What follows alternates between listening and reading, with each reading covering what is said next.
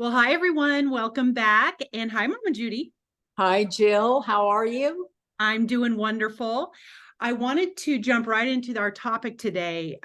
Mama Judy and I put out a survey asking you, the listeners, if there's any topics that you would like to have discussed. And we got a request from Liz. So, Liz, thank you for sending this in on the topic of perfectionism. Ooh. So we are diving into perfectionism today. But first of all, I wanted to just do a check-in because I know you and I both have had some fun times with our sons, your son who's in his 50s, my son who's in his 20s. Recently, tell us about your time with Dave when you went searching for things. Well, I love to do rust dyeing on fabric and paper, and I love to use old wire in my journals. And I didn't have any with me because I'm not at home. So I coerced him, although it was very easy to do, to go down to an old barn close by. And we found all kinds of wire and items that I can use in upcoming journals. And it was so fun to have that support from a family member.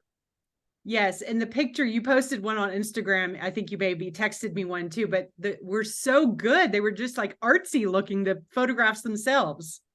Yeah, they were. I have to admit, they were pretty good. They were pretty good. Well, good. And so let's just dive right in. Jill, Yes. they were pretty good, but they weren't perfect. Ooh, way to transition and meld everything in together. You are good.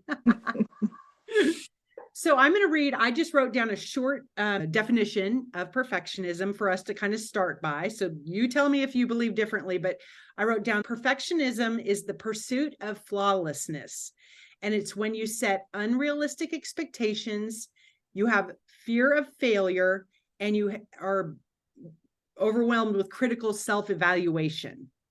Absolutely. Everything you said on that, I would have said myself. Okay. And perfectionism is something that at some level, in some degree, we all probably struggle with a little bit. And so we have to acknowledge that it's something that's very common. But we're really talking about perfectionism. I think we are at the level that it inhibits your life or your growth in your art.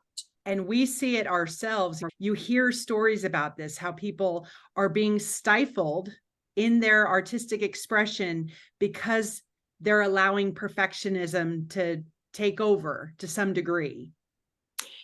If anybody listened to our podcast on trauma and pain and art, they will know from my background that I was married to an abusive man. Well, that also trickles down to the children, whether you realize it or not. And so I have my one son, David, is a perfectionist. And so I've read a lot on perfectionism in that it can come from an overcritical parent. You want to be perfect for that person. I'm not saying that's always the case, but I think a lot of what we deal with stems from childhood. And so perfectionism, again, is one of those things that if you can look at yourself and say, yeah, I do harbor that need to be perfect and understand why, it'll help release the negative effects of perfectionism. So by the way, I'm not a perfect. I'm probably a little bit too loosey-goosey. I could be a little more perfect. Yeah. Yeah, I don't have that problem with art either. But tell me, has David, your son, he is a very artistic person as well, has he done anything to help himself overcome that perfectionism? And if he has, what has that looked like? You know, I don't know. We've talked about it, of course, many times, and he's aware of it. So I'm sure he is working on it. But it's pretty ingrained. And, you know, the other thing is, I don't want to make it sound like everybody that strives for perfection is suffering from something, because there are personalities, and I think partly David's is also one that wants things to be precise and perfect. So it's kind of a combo. But if I could just interject something about perfectionism and the seeking of flawlessness that comes from an example way outside of art, and that was in family therapy for another family member. And her therapist told her, do you realize that because she thought perfectionism was a good thing. Perfectionism sets you and everybody else up for failure. And to me, that's a really powerful statement on perfectionism. And just like your definition, we're looking for flawless. Even Mother Nature is not flawless. And so when you are looking for perfectionism, you have such high goals that probably you're never going to be able to attain them. Every time you don't attain them, you set yourself up for failure and fed into the cycle of feeling bad about yourself, about your art, not being able to enjoy the process. Right. Because is that also because you are so more focused on the outcome than the process? If you're striving for that perfection, would you say? Yes, I would say you are. And again, Jill, I like to differentiate that we're not talking about wanting to get better and better in whatever you're pursuing. We're talking about perfectionism that sets those standards so high you can't reach them, because that's debilitating to the artist, to the imagination, to just the human being. And so you can have high standards and work towards a goal. Notice my little fingers going up the ladder of the goal, but not to the point that when you don't achieve the goal, it ruins your day, it ruins how you view your art, it ruins how you look at your life. That's a type of perfectionism that often shows up that we want to move away from. Right. And another bad thing about striving for perfection is that in many cases, it's going to block your creativity. It will actually block it. And so you think you're working towards this perfect scenario, and then you become completely blocked because it's so stifling to you.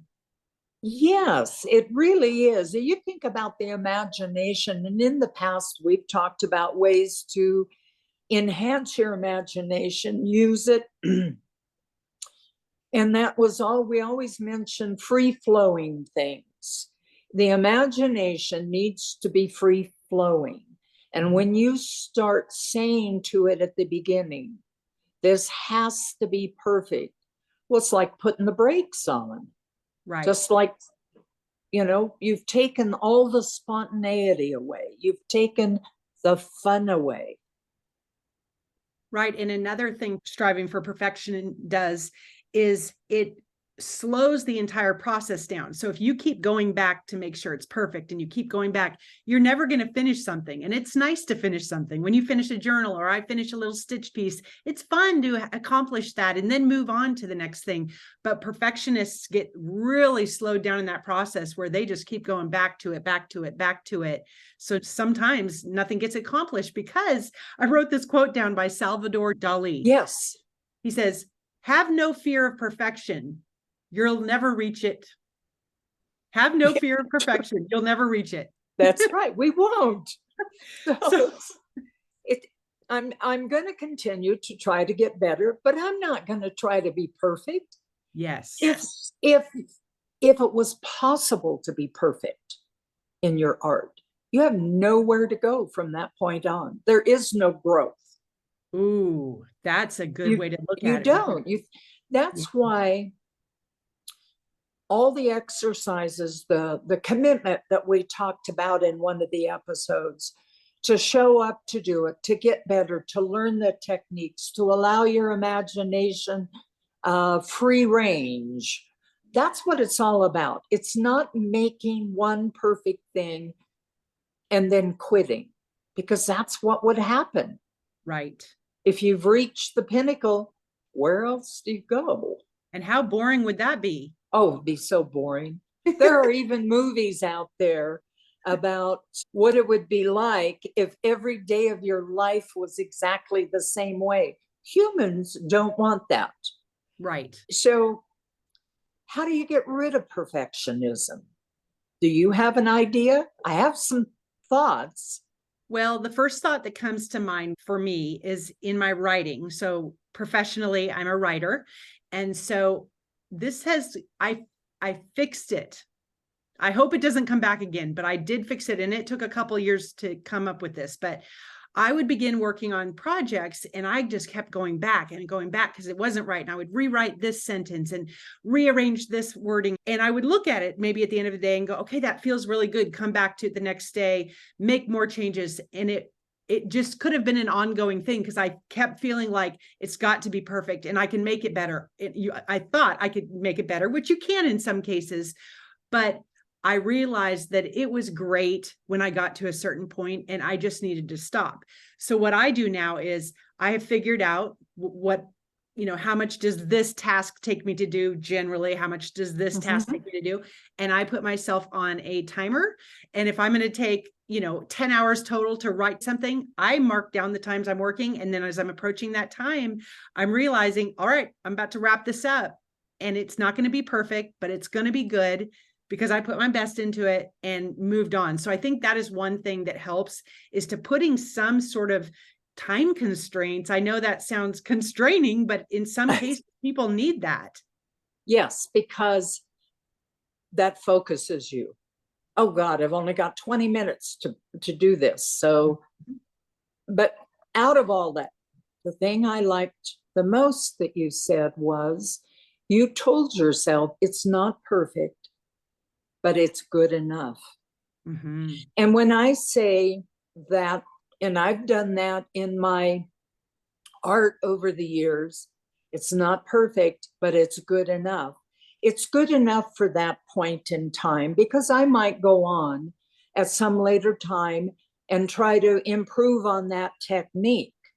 But I'm giving myself permission to be imperfect, to be perfectly imperfect.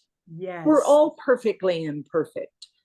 In Japan, in the art and in the culture, they leave a crack to show that nothing is perfect. A lot of Native American cultures and their art, especially their beading, and we all know how fantastic the beading of a breastplate or a complete outfit was. They left one broken bead. Oh, wow. Because with the idea that nothing is perfect. And I love that. Allow yourself the freedom to leave a flaw in your work. Nobody will probably ever know that it's there or that you consider it a flaw, but you know it's there. But you're giving yourself permission. You're acknowledging, I'm okay having a little flaw.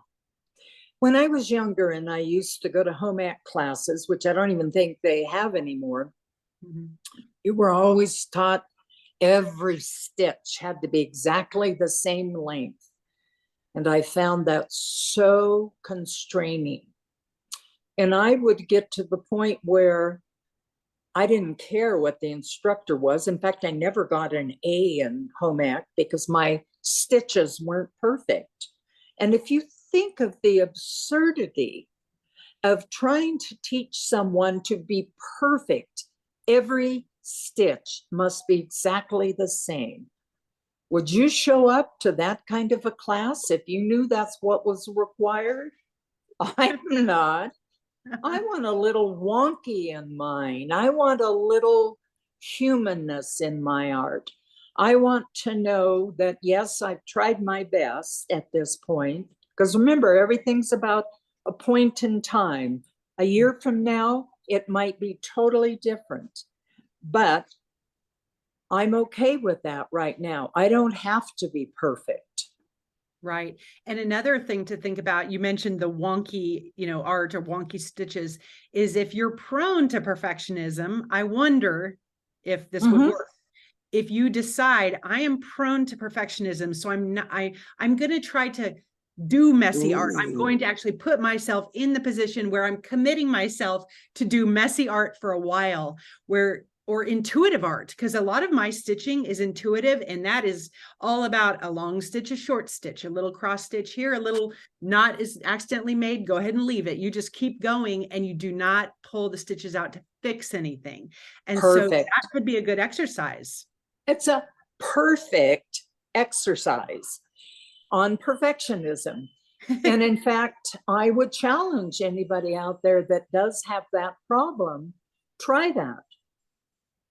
Maybe do a timer where you just give yourself 20 minutes and you make the messiest art that you can.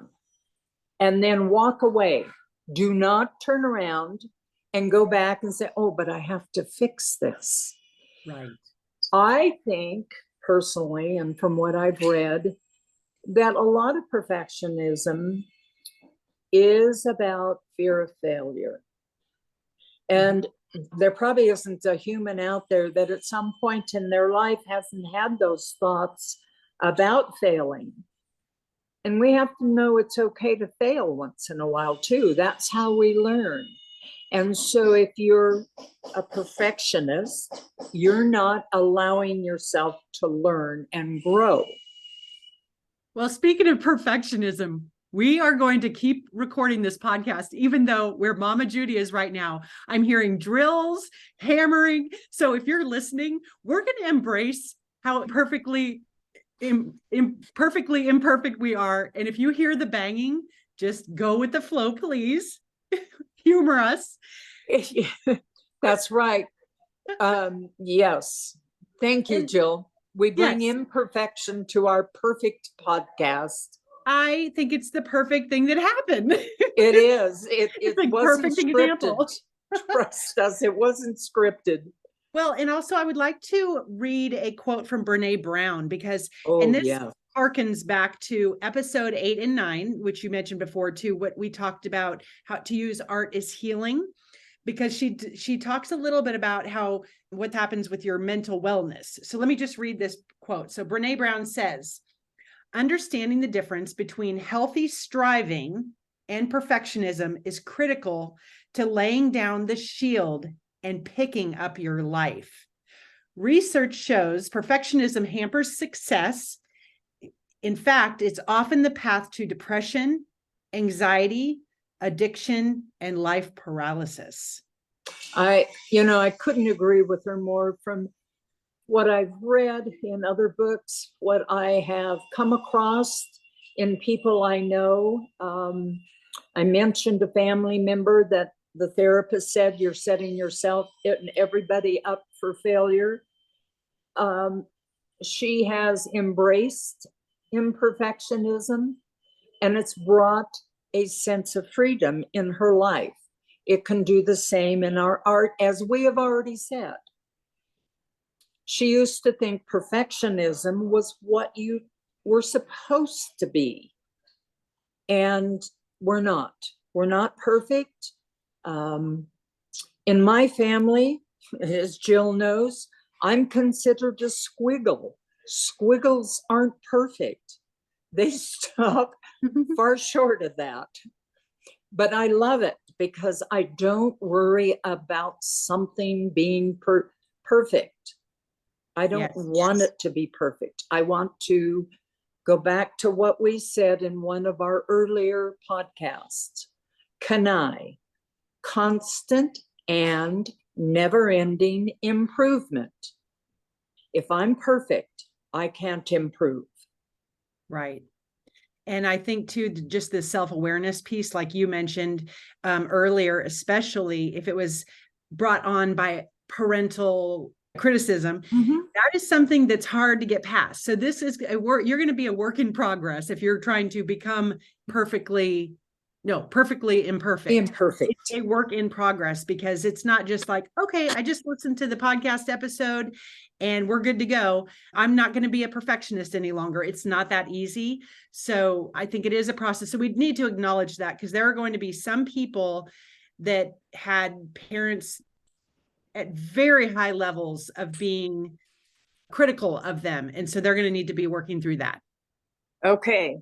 If you're on YouTube, you know that I'm moving. I just wanted to get a little bit away from the noise. I was afraid it was interfering. So I moved away from it. Anyway, we are not perfect. Remember to leave a flaw in your art. It doesn't mean that you are less.